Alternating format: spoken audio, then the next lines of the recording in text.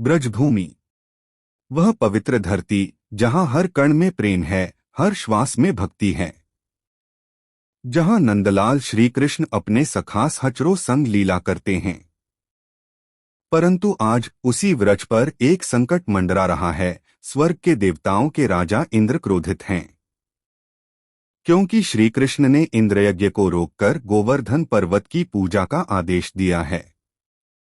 क्रोधाग्नि से भरपूर इंद्र अब भेजते हैं संवर्तक नामक मेघों को, ताकि गोकुल को वर्षा और तूफान से डुबो दिया जाए। परंतु जब जब संकट आया, तब तब वह नटखट बालक अपने रूप में नहीं, बल्कि विश्वपालक के रूप में प्रकट हुआ।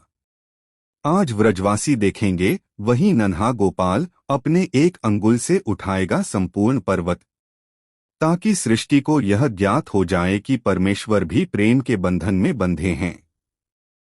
यह कथा है श्री कृष्ण के गोवर्धन धारण की। यह कथा है देवराज इंद्र के अभिषेक की। यह कथा है रासलीला की अनुपम मधुरता की। और यह कथा है अरिष्टासुर के वध की। जहां बालक रूप में विराट का दर्शन होता है। तो आइए श्रद्धा, प्रेम और भक्ति के साथ प्रवेश करें इस अध्याय में, जहां भगवान श्री कृष्ण स्वयं दिखाते हैं कि जो गो की रक्षा करे वही गोविंद कहलाता है। व्यास जी कहते हैं, इंद्रयज्ञ में बाधा पड़ने से करनी चाहिए। यह गोवर्धन पर्वत बड़ी बड़ी शिलाओं से युक्त है। इसी को अपने बल से उखाड़कर मैं व्रज के ऊपर छत्र की भांति धारण करूंगा। ऐसा निश्चय करके श्री कृष्ण ने गोवर्धन पर्वत को उखाड़ लिया और उसे लीलापूर्वक एक ही हाथ से धारण किया। पर्वत उखाड़ने के बाद जगदीश्वर श्री कृष्ण ने गोपों से कहा, मैंने वर्षा से बचने का उपाय कर दिया। तुम सब लोग इसके नीचे आ जाओ और जहां वायु का झोंका न लगे, ऐसे स्थानों में यथायोग्य बैठ जाओ। किसी प्रकार का भय न करो।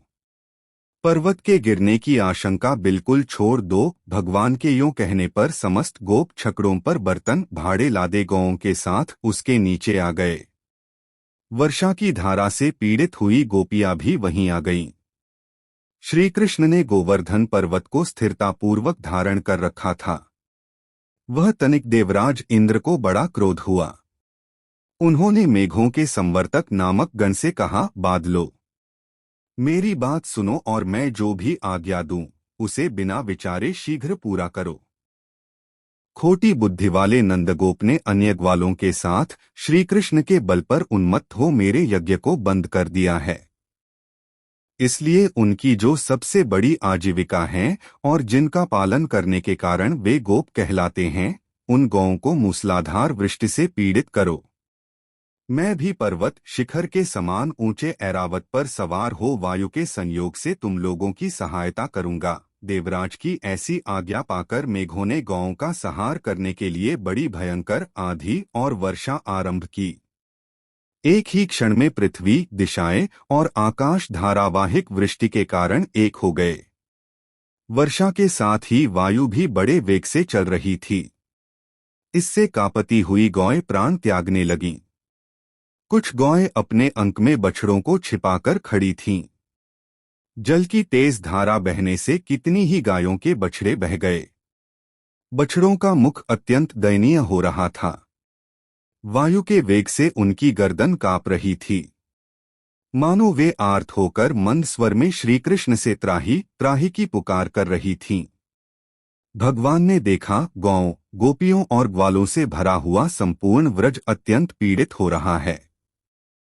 तब उन्होंने उनकी रक्षा के लिए इस प्रकार विचार किया, जान पड़ता है यह सब देवराज इंद्र की करतूत है।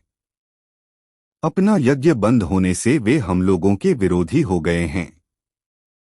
इस समय मुझे समस्त व्रज की रक्षा भी हिलता डुलता नहीं था। व्रज में रहने वाले गोप गोपीजन हर्ष और विस्मयपूर्ण दृष्टि से उन्हें देखते रहे। वे प्रेमपूर्वक निर्निमेष नेत्रों से देखते हुए भगवान की स्तुति करते रहे। नंद के व्रज में मेघों ने लगातार 7 रातों तक वर्षा की।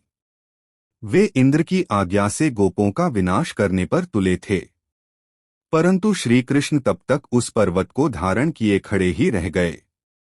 इससे गोकुल की पूर्ण रक्षा हुई और इंद्र की प्रतिज्ञा झूठी हो गई। तब उन्होंने बादलों को वर्षा करने से रोक दिया। बादल हट गए, आकाश स्वच्छ हो गया और इंद्र का षड्यंत्र सफल न हो सका। तब समस्त व्रज के लोग प्रसन्नतापूर्वक वहां से निकलकर पुनः अपने स्थान पर आए। फिर श्रीकृष्ण ने भी महापर्वत गोवर्धन को यथास्थान रख दिया।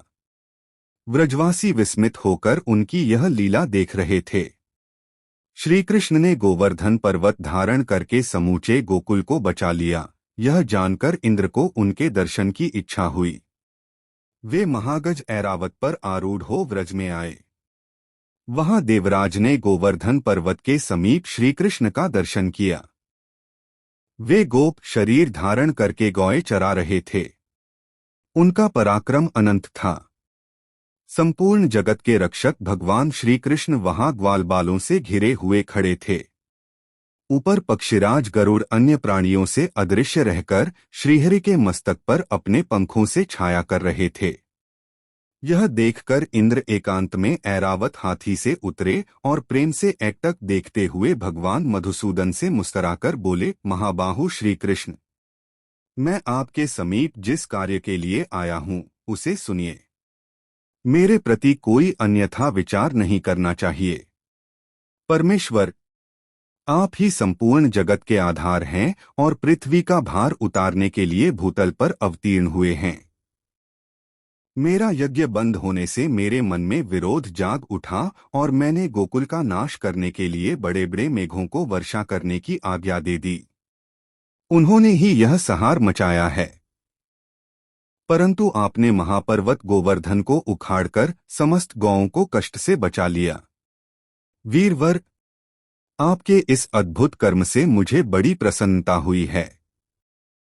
कृष्ण, मैं तो अब ऐसा मानता हूं कि आज ही देवताओं का सारा प्रयोजन सिद्ध हो गया, क्योंकि आपने एक ही हाथ से इस गिरिराज को ऊपर उठा रखा था। श्री कृष्ण, आपने गोवंश की बहुत बड़ी रक्षा की है। आथा आपका आदर करने के लिए मैं गौओं की प्रेरणा से यहाँ आपके समीप आया हूँ। गौओं के आदेशानुसार आज मैं उपेंद्र के पद पर आपका अभिषेक करूंगा। आज से आप गौओं के इंद्र होकर गोविंद नाम से विख्यात होंगे। यूं कहकर इंद्र ने ऐरावत हाथी से घंटा उतारा। उसमें पवित्र जल भरा हुआ था। उस दिव्य जल से उन्होंने श्रीकृष्ण का अभिषेक किया। श्रीकृष्ण का अभिषेक होते समय गौ ने तत्काल अपने थनों से दूध की धारा बहाकर वसुधा को भिगो दिया। अभिषेक का कार्य पूरा करके शचीपति इंद्र ने प्रेम और विनयपूर्वक श्रीकृष्ण से फिर कहा, महाभाग, यह सब तो मैंने गौओं के आदेश किया है। अब पृथ्वी का भार उतरवाने की इच्छा से मैं जो और कुछ बातें निवेदन करता हूं उन्हें भी सुनिए। मेरे अंश से इस पृथ्वी पर एक श्रेष्ठ पुरुष उत्पन्न हुआ है जिसका नाम अर्जुन है। आप उसकी सदा रक्षा करते रहें। मधुसूदन, अर्जुन वीर पुरुष है। वह इस भूमि का भार उतारने में आपकी सहायता करेगा। जैसे अपनी रक्षा की जाती है वैसे ही आपको अर्जुन की भी रक्षा करनी चाहिए। श्री भगवान बोले, देवराज, मैं जानता हूं भरतवंश में आपके अंश से अर्जुन की उत्पत्ति हुई है। मैं जब तक इस भूतल पर रहूंगा अर्जुन की रक्षा करूंगा। मेरे रहते अर्जुन को युद्ध में कोई भी जीत न सकेगा। महाबाहु कंस, अरिष्टासुर, केशी, कुवल्यापीड़ और नरकासुर आदि दैत्यों के मारे जाने के पश्चात महाभारत युद्ध होगा। उसकी समाप्ति होने पर यह जानना चाहिए कि पृथ्वी का भार उतर गया। अब आप जाइए, पुत्र के लिए चिंता न कीजिए। मेरे आगे अर्जुन का कोई भी शत्रु सफल न हो सकेगा। केवल अर्जुन के लिए ही मैं युधिष्ठिर आदि पांचों भाइयों को महाभारत के अंत में कुंती देवी के समीप सकुशल लौटाऊंगा। श्रीकृष्ण के यूं कहने पर देवराज इंद्र ने उन्हें छाती से लगाया और ऐरावत पर आरूढ़ हो पुनः स्वर्ग को प्रस्थान किया। तदंतर श्री कृष्ण गौओं और ग्वालबालों के साथ पुनः व्रज में लौट आए। गोपियों की आंखें उनके पथ पर लगी हुई थीं। उनकी दृष्टि से वह मार्ग पवित्र हो गया था। इंद्र के चले जाने पर गोपों ने अनायास ही अद्भुत कर्म करने वाले श्री कृष्ण से प्रेमपूर्वक कहा, महाभाग, आपने गोवर्धन पर्वत उठाकर हमारी और गौओं की बहुत बड़े भय से रक्षा की है।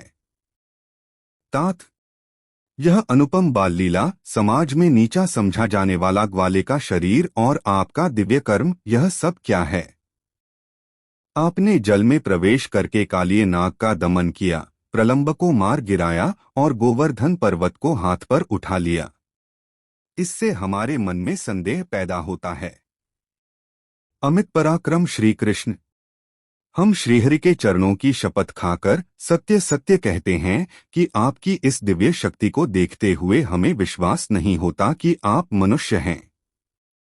आप देवता हैं या दानव, यक्ष हैं या गंधर्व, इन सब बातों का विचार करने से हमारा क्या लाभ है? आप कोई भी क्यों न हो, इस समय हमारे बांधव हैं। आथा आपको नमस्कार है। हम देखते हैं स्त्री और बालकों सहित समस्त व्रज का आपके प्रति प्रेम बढ़ रहा है, और यह कर्म भी आपका ऐसा है जिसे संपूर्ण देवता भी नहीं कर सकते। अभी आप बालक हैं, फिर भी आपके बल की कोई सीमा नहीं है। इधर आपने हम लोगों में जन्म लिया है जो अच्छी श्रेणी में नहीं गिना जाता। अमेयात मन, इन सब बातों पर विचार करने से आप हमारे मन में शंका उत्पन्न कर देते हैं। गोपों की यह बात सुनकर भगवान कुछ काल तक प्रेम से रूठकर चुपचाप बैठे रहे। फिर इस प्रकार बोले, गोपगण, यदि मेरे साथ संबंध होने से आपको लज्जा नहीं आती हो अथवा यदि मैं आप लोगों का प्रिय हूं तो इस प्रकार विचार करने की क्या आवश्यकता है? यदि मुझ पर आपका प्रेम है अथवा मैं आपकी प्रशंसा का पात्र हूं तो मेरे प्रति अपने बंधु बांधवों के समान ही स्नेह रखिए। मैं न देवता हूं, न गंधर्व हूं, न यक्ष हूं और न दानव ही हूं। मैं तो आपका बंधु होकर उत्पन्न हुआ हूं। आथ यही आपको मानना चाहिए। इसके विपरीत किसी भी विचार को मन में स्थान नहीं देना चाहिए। श्रीहरि का यह वचन सुनकर गोप मौन हो गए। वे यह सोचकर कि कन्हैया हमारी बातें सुनकर रूठ गया है, वहां से चुपचाप चले गए। तदंतर एक दिन निशाकाल में श्रीकृष्ण ने देखा, आकाश स्वच्छ है, शरदचंद्र की मनोरम चांदनी चारों ओर फैली है, कुमुदिनी खिली है, जिसकी आमोदमय सुगंध से संपूर्ण दिशाएं महक रही हैं। वन में सब ओर भरे गूंज रहे हैं, जिससे वह वनश्रेणी अत्यंत मनोहारिणी जान पड़ती है। प्रकृति की यह नैसर्गिक शोभा देखकर उन्होंने गोपियों के साथ रास करने का विचार किया। श्री कृष्ण ने अत्यंत मधुर स्वर में संगीत की मधुर तान छेड़ दी, जो वनिताओं को बहुत ही प्रिय थी।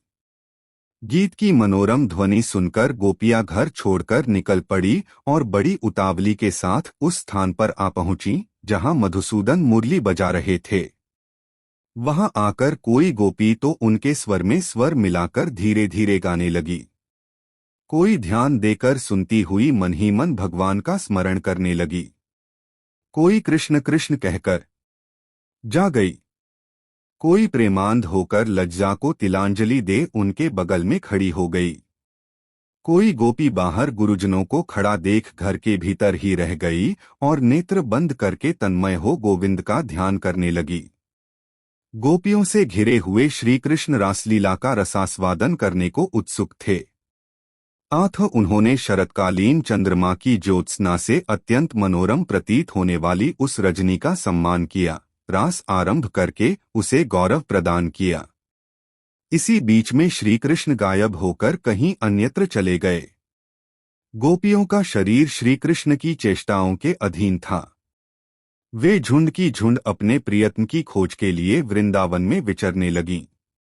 उनके मन में केवल श्रीकृष्ण के दर्शन की लालसा थी। वे वृंदावन की भूमि पर रात्रि में श्रीकृष्ण के चरण चिन्ह देखकर उन्हें चारों ओर ढूंढ रही थीं। श्री कृष्ण की विभिन्न लीलाओं का अनुकरण करती हुई उन्हीं में व्यग्र हो सब गोपियां एक ही साथ वृंदावन में विचरने लगीं।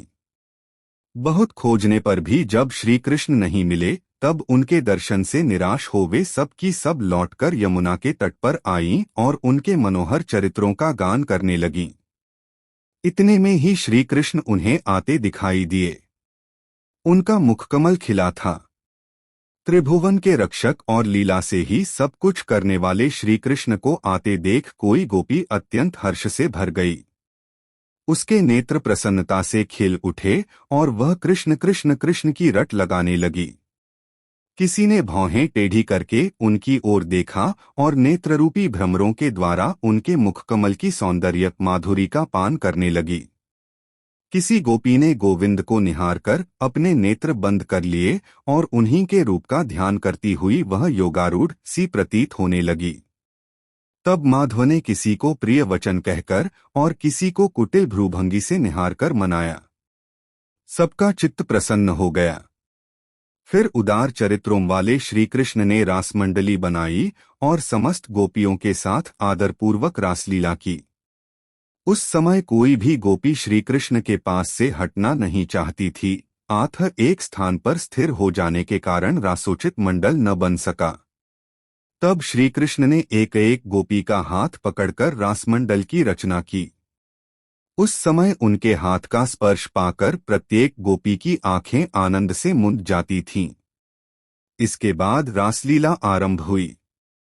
चंचल चूड़ियों की झनकार के साथ क्रमशः शरद ऋतु की शोभा के रमणीय गीत गाए जाने लगे। उस समय श्री कृष्ण शरद ऋतु के चंद्रमा का, उनकी चारु चंद्रिका का और मनोहर कुमुद वन का वर्णन करते हुए गीत गाते थे, किंतु गोपियां बारंबार केवल श्री कृष्ण के नाम का ही गान करती थीं। श्री कृष्ण जितने ऊंचे स्वर से रास के गीत गाते, उससे दुगुने स्वर में समस्त गोपियां धन्य कृष्ण का उच्चारण करती थीं। भगवान जब आगे चलते तब गोपियां उनके पीछे चलती थीं और जब वे पीछे की ओर घूमकर लौट पड़ते तब वे उनके सामने मुंह किए पीछे हटती थीं। इस प्रकार वे अनुलोम और प्रतिलोम गति से श्रीहरि का साथ देती थीं। मधुसूदन ने उस समय गोपियों के साथ ऐसा रास किया जिससे उन्हें उनके बिना एक क्षण भी करोड़ वर्षों के समान प्रतीत होने लगा। भगवान श्री कृष्ण सबके ईश्वर हैं। वे गोपियों में, उनके पतियों में तथा संपूर्ण भूतों में भी निवास करते हैं। वे आत्मारूप से संपूर्ण विश्व को व्याप्त करके स्थित हैं। जैसे सब प्राणियों में पृथ्वी, जल, अग्नि, वायु, आकाश और आत्मा हैं, उसी प्रकार भगवान भी सबको व्याप्त करके स्थित हैं। एक दिन आधी रात के समय जब श्री कृष्ण रासलीला में संलग्न थे, अरिष्टासुर नाम का उन्मत्त दानव व्रजवासियों को त्रास देता हुआ वहां साढ़ के रूप में आ पहुंचा। उसका शरीर जलपूर्ण मेघ के समान काला था। सींग तीखे थे। नेत्र सूर्य की भांति तेजस्वी दिखाई देते थे। वह अपने खुरों के अग्रभाग से पृथ्वी को विदीर्ण किए डालता था और दांत पीसता हुआ अपने दोनों ओठों को बार बार जीभ से चाटता था। उसके कंधों की गांठें अत्यंत कठोर थीं और उसने क्रोध के मारे अपनी पूंछ ऊपर उठा रखी थी। उसकी गर्दन लंबी और मुख विशाल था। वृक्षों से टक्कर लेने के कारण उसके ललाट में घाव के कई चिन्ह थे। साढ़ का रूप धारण करने वाला वह दैत्य गौओं के गर्भ गिरा देता और सबको बड़े वेग से मारता हुआ सदा वन में घूमा करता था। उसके नेत्र बड़े भयंकर थे। उसे देखकर समस्त गोप और गोपांगनाएं अत्यंत भय से व्याकुल हो उठीं और कृष्ण कृष्ण पुकारने लगीं। उनका आर्तनाद सुनकर श्री कृष्ण ने ताल ठोंकते हुए सिंह के समान गर्जना की। वह शब्द सुनकर दुरात्मा वृषभासुर श्री कृष्ण की ओर ही दौड़ा। उसकी आंखें श्री कृष्ण के पेट की ओर लगी थीं और सामने उन्हीं की सीध में उसने सींगों का अग्रभाग कर रखा था। उस महाबली दैत्य को आते देख श्री कृष्ण अवहेलना पूर्वक हंसने लगे और अपने स्थान से तिलभर भी पीछे न हटे। ज्यों ही वह दैत्य समीप आया, मधुसूदन ने झट उसके दोनों सींग पकड़ लिए और अपने घुटने से उसकी कोख में प्रहार किया। सींग पकड़ लिए जाने से वह दानव हिलडुल नहीं पाता था। उसका अहंकार और बल दोनों नष्ट हो चुके थे। श्री कृष्ण ने उसकी गर्दन को भीगे हुए कपड़े की भांति निचोड़ डाला और एक सींग उखाड़कर उसी से उस पर प्रहार किया। इससे वह महादैत्य मुंह से रक्त वमन करके मर गया। उसके मारे जाने पर गोपों ने भगवान श्री कृष्ण की भूरी भूरी प्रशंसा की, ठीक उसी तरह जैसे पूर्व काल में जम्भासुर के मारे जाने पर देवताओं ने इंद्र की स्तुति की थी।